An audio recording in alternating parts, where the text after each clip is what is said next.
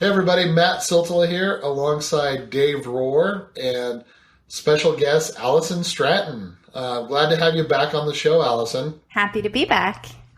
So one of the things we just wanted to jump right into it. I know the last show that were a special guest. Yes, a special guest on. We talked. One of the things that you had mentioned towards the end, and I just thought it would be awesome to maybe expand a little bit on it and give a little bit more time to it. But you talked about, we're just so, we're in that squirrel. I got to get what's next type. That's just how the environment is around us these days. And so you have so many businesses that want to do the next thing or what's next, or they want to be on a platform before they really even know what it's doing. And I really love how you said, let's figure out how to use what we have currently right before we start to jump into, the new shiny stuff. And so I just loved, kind of where you were going with that. Maybe you can expand a little bit on that. Sure. I mean, we love technology. We love innovation. Our home and office is filled with every new toy and gadget, and we love new stuff. But, the problem with it and the danger with it, particularly if you're an entrepreneur, or part of a smaller company, is that you only have so much time and you only have so many resources. And what tends to happen is that we can get very distracted by chasing after what's coming and what we want to do that's cool or what's next or new, and what suffers is what we're supposed to be doing now. And this becomes even more dangerous, I think, in the world we live in where, social media is such a prevalent part of how people learn about our businesses, and people share stories all the time. And if, our customer service is lacking, those stories are going to be shared and reviews are going to be left. And this is what our company is going to be known as. And if we're doing that, if we're making those basic mistakes about what makes a business successful, good products, good service, then we're really doing ourselves a disservice by chasing after, kind of a new technology when we haven't even taken care of what we're supposed to be doing already. So I think it's just a really big danger to focus, and focus is such a kind of a lost art with so many distractions. And I think sometimes that new shiny object is just a huge business distraction. So what do you do when new potential customer, new client, whatever, comes to you and says, Alison, I've been seeing a lot of my competition on Snapchat, and I really need to figure out the Snapchat. And, what can I do? Like, again, I'm just using Snapchat. I think the first thing you need to do is really have a good conversation with them about, why it is they want to go down that road. So talk to them about it. Like, okay, so you want to go into Snapchat. First of all, make sure you know the platform well if you're going to be speaking about it to a client. So any research or anything that you need to do to make sure that when you sit down with them, you know what you're talking about, because they're coming to you as an expert. And even us, like even people who I just live online. I spend all my time reading about new things and new technologies, and there are many times something new comes up and I'm not sure about it. So if you're going to be the expert, you have to do the research. So do your research, sit down with them and really map it out. Like, okay, so you want to do this new platform. Why do you want to do it? Who are you hoping to reach? Do you understand the way things are shared on that platform? Like a good example would be, when Instagram first kind of like came on the scene, it's a very visual platform. So it doesn't necessarily translate if you don't have a visual product or something visual that you want to share with people. So things like that, which is pretty basic tenet of the platform, needs to be understood to make sure you have the right content to be shared on the right sites. And then I would also take a hard look at, are our customers already on the platform? Are they already sharing our content for us? How are they sharing that content? And then see if it makes sense for you to intervene. Sometimes with some products, you don't even need to be there as a brand. Like it can be creepy if a brand shows up in the middle of your conversation with your friend about, your new shoes. You don't necessarily need a brand to interject there. The marketing is being done on your behalf already. So I think that's kind of a thing. And then also you need to move a needle for your clients. So you want to think about what's measurable. And like one of the things we talk about is that seeming cool is that measurable? Like, how are you going to prove that that's successful? You need to think about looking for results that you can measure and prove that something is working. And seeming innovative is a really hard thing to measure. I love that. It reminds me of the, my, I can't remember the exact quote, but my my thousand, my popularity on one of the social medias doesn't pay my bills or whatnot. And so my 1,000 likes so anyway, speaking of things that do move the needle, we really do appreciate you being a guest on our podcast show. Our podcast is fairly new. And so we've started to see a lot of success with it, but it was one of those things that we didn't jump right into, but it's something that people have been doing for a while. And I'm starting to see more and more people think, I need to do a podcast. I need to do a podcast. And so maybe just share some thoughts on podcasting in general. And just, I know that you guys have a podcast, and if there's anything, tell us where to find you and what it is. And, sure. and let's talk about that for a little while. So we also came to podcasting late. We like to joke, we're about 7 years late to the podcasting party. We were by no means, talk about not using an innovation. We certainly didn't see podcasting and run towards it. We already had established like a pretty strong base of followers in social media. And my partner, Scott, was already, speaking and we'd already written some books. And so the podcast for us came about because the way we had always researched topics for keynote talks that Scott gives or for books that we've written, was we were kind of always sending things back and forth, right? Like news stories or case studies or things that had happened to us. We were always sending these things back and forth and talking about them. And what would happen is that these conversations were what ended up being the books and the keynote talks. And so we're like, we should really be recording these conversations. And we're like, hey, I've heard there's a medium for that. So we were very late, but we started doing the podcast. We set about it a little bit differently than some people that I know. We didn't really like bootstrap it. We go to a studio that we rent once a month, and at each date we record 4 episodes. So that's how we work. So one episode, it's called the UnPodcast. That's probably the way I should have started. The business show for the Fed Up. And we record 4 episodes once a month, and then they're released every week. We talk about news stories, business ideas. We chat back and forth about different things that are important to us and different things that we see in the world around us. Mostly a lot of consumer advocacy stuff and marketing and branding.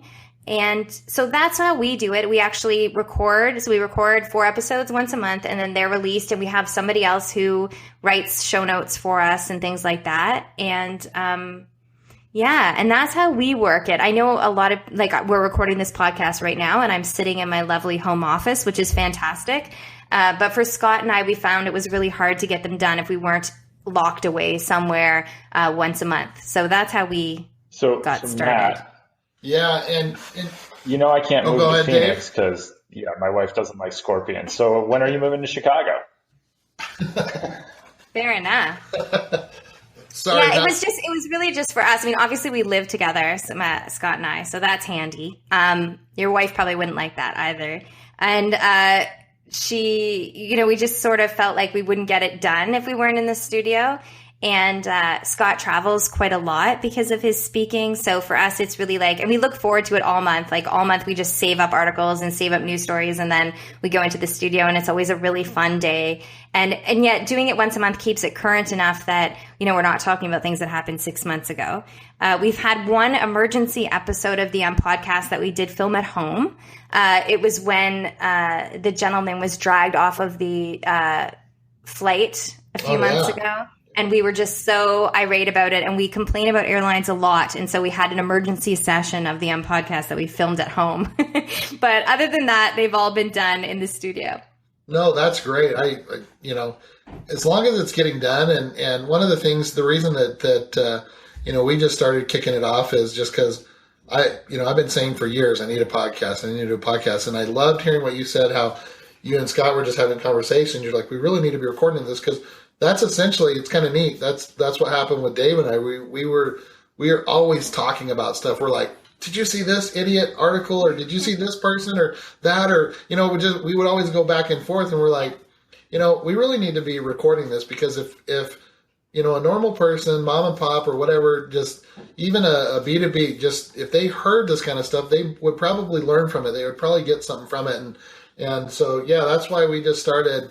We just started doing it, and we said, hey, we'll perfect it as we go. We'll start to get a little bit better. But I love it. I love hearing those stories. I would say too, from a content point of view, like from a marketing point of view, like we use the content so that what ended up happening is we started the podcast. We're actually celebrating our 200th episode the next time we film. Oh, awesome. So Congrats. We've been doing it for a while. And what's happened is that now, like when I went to write our last book, I had all of this content over like, a year or so that we had saved and recorded, and it was fantastic for content and repurposing content and having all this research documented. And so purely in terms of marketing, it's a wonderful tool to be able to record yourself and have these conversations and be able to go back and say, didn't I talk about that? Like, I really want to put something together for my client about a certain topic. And didn't we talk about that? And to be able to go back and see it, it's just helpful and awesome. So that's a kind of nice bonus from the podcast. Oh, yeah. We find ourselves doing that all the time. Yeah, and we basically didn't listen to any of the rules of podcasting. Like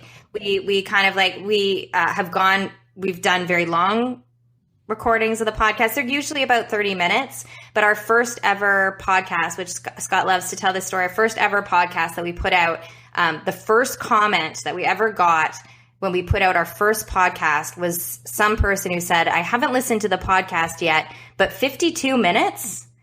And it was a comment that they thought it was so terrible that we'd recorded for so long, and then added in that they hadn't recorded it, they hadn't listened to it yet. So they were furious that it was 52 minutes long, even though they didn't know if they liked it or not. So we don't listen to time wise. We have mostly about 30 minutes, but we've done longer. We also have two hosts, and we both talk quite a lot, as you're seeing now. So there's that. We don't have a lot of guests. I think we've had 3 or 4 guests on in total in 200 episodes. So we don't have a lot of guests. And yeah, we just kind of did our own thing, and it really works for us. We really enjoy it. And I don't know how you could call it the UnPodcast if you follow all the rules. I guess so. Rules. It's really our brand, isn't it? Not following the rules. You're making me want to follow less rules. I like it. Well, yeah, see, I'm getting don't something really from this follow too. rules because we're. I mean, a lot of people seem to be 1 hour long. It's guest driven format, kind of like it's one person and they're always interviewing someone. Well, that reminded me. Why don't you tell the story of we were recently, Alison, both Dave and I were recently speaking at a conference in Bend, Oregon, and we had someone talk to us about their podcast and some of the difficulties that they found, and that they loved ours because we don't do a lot of guests either. We're happy that you're like. I'm really stoked that you wanted to be on the show. So I appreciate you being on it. But it was just interesting to hear. Someone else's point of view. Why don't you share that story, Dave? We just had someone ping us the other day, and Matt and I actually have a list of like 40 or 50 different ideas with like all sorts of names and stuff. And then sadly, it'll probably take us like 2 to 3 years to get through them all because everyone seems to have a different format. And I think, Alison, for you and Scott, it makes sense because, you guys might know each other just a little bit and probably can communicate on a daily basis from time to time. So, you guys already have that. Matt and I we've been kind of communicating and talking because we've been on the same session for PubCon up until this year. I think we did 5 times now over the last 4 years. And so throughout the year, we would just see each other, and we would just as the year would go on, we would throw back and forth ideas and themes and different topics. And all of these other kind of conversations would happen.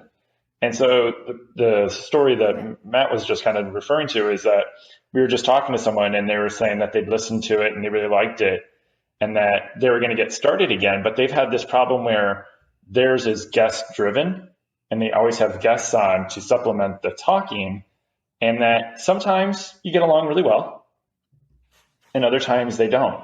And when you're trying to fill an hour of space and people are kind of giving you yes, no answers, how are you doing? Fine.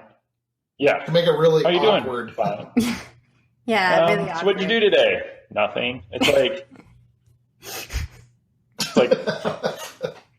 I think the danger there is, and we kind of, Scott and I sometimes people don't like our answer to this, but the danger there is that if they're trying to get business out of the podcast, like let's say they have a consulting firm or they own a company and the idea to have the podcast is because they want to use it as a marketing tool, that if a potential client comes and listens to that and is like, oh my gosh, like this is the worst thing I've ever listened to, that can hurt their brand. So it depends on why you want to do it, right? Like if you want to entertain and you want to maybe get a sponsor and have it be entertaining and make money that way, and it doesn't necessarily have to do with getting clients into your business, then, do what you want. And if it's boring and someone listens, they just won't come back. Do you know what I mean? Like, I think that is a problem. And a lot of the times we like to tell people like, oh, just try it and it'll get back, but I think when we're really thinking about growing our businesses, we need to make sure that we're keeping whatever content we put out, whether it's a podcast or a book or whatever we're doing, that it be up to the standard of what we're trying to achieve for our business. Like that's why we're doing it, right? Most of the time. So I think it's important. And I can't imagine, Scott and I love talking to each other. We could talk forever. And that's why it works. Because it would be mind-numbingly boring to I can imagine having a bad guest who can't answer a question or, participate. But I would make sure that you're thinking about, you're not going to get that person back, that listener. There's too many choices, right? There's a million podcasts you could be listening to, and that's just podcasts, never mind all the other things we could be doing. So I just caution people to make sure that what they're putting out there is something that they like. It doesn't need to be perfect, but it does need to be good enough for your clients, I think. I love that. And it also makes me feel good about what we try to do here, because one of the things when Dave and I first started, deciding we wanted to do this together, our conversation to each other wasn't, hey, I hope that I get a bunch of new clients or, from this, what our goal was is, hey, we think that this could help our brands. This could help what we do, obviously, but we wanted to put some out there that we thought would just be awesome for people that needed this information, because we love educating people. We love, after we get done talking at a session and people come up and that was great. I'm going to be able to take this back and really help the team. We wanted to kind of expand on that. And so if we get anything from it, or if we get people linking to us, or we get awesome guests on it, like yourself, and you tweet it out, that kind of stuff is all gravy. It's bonus to us, but I just wanted to make sure that our first couple episodes didn't suck. That was my goal out of the gate. That's just I absolutely hate when people hear about the podcast, because Scott will mention that at a keynote. And Scott has tons of experience, right? He's super extroverted. He loves being on camera. He had spoken into microphones a million times, right? And we sat down 200 episodes ago and recorded the first one. And I had never done any of that kind of stuff. I'd done a little bit of media stuff with my own business before, but it was very limited. I'd never been in a studio with headphones on and a mic and the whole thing. And, here I am sitting across from him, and he's a pro, a hardcore pro. And the improvement that I hate watching myself, the improvement that I see in myself over the 200 episodes is incredible, right? Scott's always been good at this, and I've gotten better at it. And so I hate when people go back to the beginning. I'm don't watch from the beginning. If you're going to find out about our podcast, go to go 50 episodes ago and start there. Please don't go 200 episodes and start at the beginning, because I hate it. It was not good. That's funny. I asked Dave. I've often told him, I want to give people their money back for the first time that they ever heard me speak at a conference. The free money. Yeah, but anyway, I'm glad that you mentioned your husband liking being in front of the film, and because one of the things I was going to mention, we talked about it, was I think I took what I think is one of the best pictures of your husband ever. I just captured his pure, I know the picture you're talking about. Do you want to call it rage, or do you want to call it what would you call it? Well, we call it passion. Passion, there you go. But rage it could be. It's not rage in that he's not angry about the people, but he's certainly passionate about people. He's a really strong consumer advocate. I think that's where Scott's heart is. And when he feels like something's being done incorrectly, he is very passionate about it. So yeah, you got him in full unmarketing, passion mode on stage for sure. He can yell. He does yell quite a bit. And we're gonna, just so all our listeners know, we're gonna have that. We're gonna share that image and on the podcast post, I guess, if you will. So he is the sweetest person in real life, but on stage he gets very, energetic. Well, I love, we had to get our pictures taken whenever he had his beard a little bit longer because I have a big old beard. And so, do you love beards? Do I love beards? Do you love his beard? I love Scott's beard very much. Yes. Okay, good. Just making sure. Well, Alison, I appreciate you, again, being on the show. Thank you for having me. No problem. So, UnPodcast is the podcast that they can find you and Scott. iTunes, anywhere you listen to podcasts. And then one more, you guys also have a book coming out, and it go ahead and share that. It's called Unbranding, 100 Branding Lessons for the Age of Disruption, and it is our 5th book. And it's just 100 brand stories, all fun things that you can read about and learn from. Small brands, big brands, entrepreneurs, all different kinds of sizes of companies, and how they're, succeeding in a world of change and fast-paced change. And I think you guys will like it. Love it. Awesome. Well, again, I appreciate you being on the show. Looking forward to any feedback that any of our listeners have for Alison and Dave. I am Matt Siltala, and we're signing off, and look forward to hearing from you guys. We'll talk to you on the next one. Bye.